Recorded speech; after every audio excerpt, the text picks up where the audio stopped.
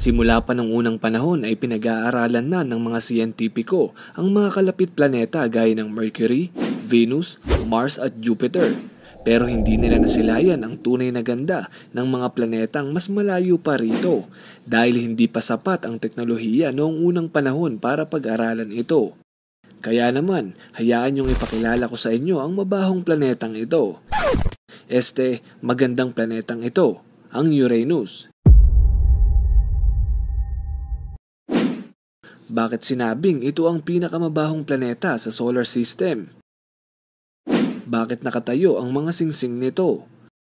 Bakit ang Uranus ang pinakamalamig na planeta, gayong hindi naman siya ang pinakamalayo? At totoo ba na umuulan ng diamante rito? Misteryo at nakakamanghang kaalaman patungkol sa Uranus, yan ang ating aalamin.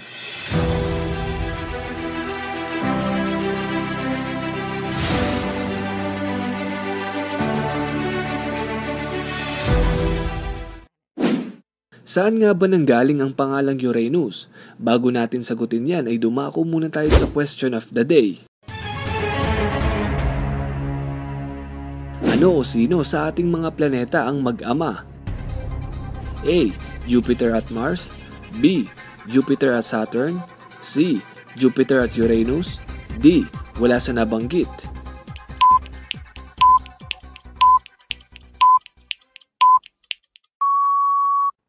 Ang tamang sagot ay B. Jupiter at Saturn. Ang Jupiter ay mula sa Roman mythology na ang ibig sabihin ay Father of Gods. Ang Saturn naman ay ang kanyang ama.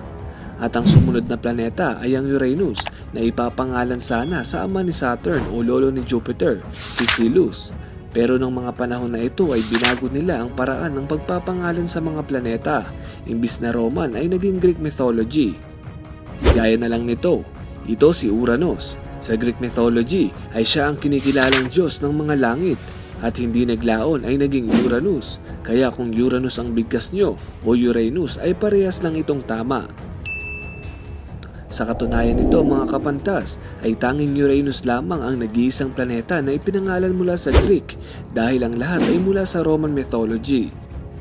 Paano naman ang Earth? Roman mythology rin ba ito o Greek mythology? Ang Earth lamang ang nag-iisang planeta na hindi nagmula sa anumang mitolohiya. Ito ay hango sa salitang German na Eartha o Erde na ang ibig sabihin ay lupa. Kaya kung ang katabi mo ay amoy lupa ay huwag mo namang diretsuhin. Maaari mo siyang sabihan na siya ay amoy Earth para hindi masyadong masakit. Ang Uranus ay may napakalaking orbit. Nangangailangan ng 84 years para makaikot ito ng buo sa ating araw. Ang temperatura dito ay tinatayang nasa negative 370 degrees Fahrenheit. Samantalang ang Neptune ay may average na negative 350 lamang. Ibig sabihin, di hamak na mas malamig ang Uranus kaysa sa Neptune. Ngayon nagtataka ako dahil ang turo sa atin sa elementary ay kapag mas malapit sa araw ay mas mainit. Kapag mas malayo naman ay mas malamig. Dahil umihina na ang sinag ng araw. Pero ibahin nyo ang Uranus, hindi siya masyadong naapektuhan ng araw dahil sa kakaiba nitong orbit. Nakatilt ito ng halos 98 degrees o parang bolang gumugulong sa kalawakan. Ito ang dahilan kung bakit disturb ang atmosphere dito. Kumbaga, mas makapal ito sa normal na planeta kaya hindi masyadong nakakapasok ang init ng araw dito. Kabaliktaran naman ito sa Venus at Mercury. Ang Mercury ang pinakamalapit na planeta sa lahat, pero bakit Venus ang pinakamainit samantalang pangalawa lamang ito? Ano kaya sa palagay niyo ang dahilan? Dahil ba sa orbit nito? Dahil sa sukat nito? O dahil sa atmosphere? Ang tamang sagot ay dahil sa atmosphere nito. Kung tama ang sagot mo ay mag-comment lang sa ibaba. Okay. Ang Venus ang pinakamainit na planeta sa solar system. Ito ay nagmistulang bolang apoy dahil sa napakakapal na atmosphere nito. Kumbaga, nakukulong ang init ng araw sa planetang ito at nahihirapan ang lumabas pa. Samantalang ang Mercury kahit napakalapit ay mayroong napakanipis na atmosphere at halos bumabalik lamang sa kalawakan ang init na natatanggap nito mula sa araw. Well, tignan nyo na lang ang Earth. Pasalamat tayo dahil mayroon tayong napaka-perpektong atmosphere. Hindi pumapasok sa atin ang sobrang init at hindi rin ito nakukulong dito. Napakaganda, di ba? Kaya please lang, alagaan niyo ang ating kalikasan. Balik tayo sa Uranus. Ang lapad nito ay kayang takpan ng 4 na Earth. Ang core ng Uranus ay tinatayang nasa 20% ng planeta. Binubuo ito ng iron, magnesium at silicate rock. Ang pinagsama-samang mga elementong ito ay naitutulak papaloob sa Uranus at mayroong temperatura na aabot sa 9,000 degrees Fahrenheit. Kumpara sa Earth ay mayroon tayong 9,400. Hindi nalalayo sa init ng core natin. Mas mainit pa sana ito sa Earth dahil mas malaki ito at mas malakas ang pressure. Pero napipigilan ng mga yelo nito. Ang mga yelong ito ay 80% ng kabuuan ng Uranus. Kaya siya ang tinaguriang pinakamalamig na planeta sa buong solar system. Pinaghalo itong tubig, ammonia at methane. Ang mga ito ang dahilan kung bakit siya kulay asul. Kung titignan nyo ay talagang kaaya-aya ito sa mata. Sa ilong kaya, kaaya-aya rin ba? Ang Uranus ang tinaguri ang pinakamabahong planeta sa solar system. Dahil bukod sa ammonia at methane, ay mataas ang hydrogen sulfide nito. Ang hydrogen sulfide ay karaniwang matatagpuan sa mga nabubulok na bagay, gaya na lang ng bugok na itlog. Sa nakaraan nga nating video ay tinawag ko ito bilang Baho King. Kung hindi nyo pa napapanood ang amoy ng mga planeta, ay ilalagay ko ang link sa ibaba. Kung titignan naman natin ang ibang planeta, ay umiikot sila ng nakapahalang, samantalang ang Uranus ay nag-iisang umiikot na pahiga.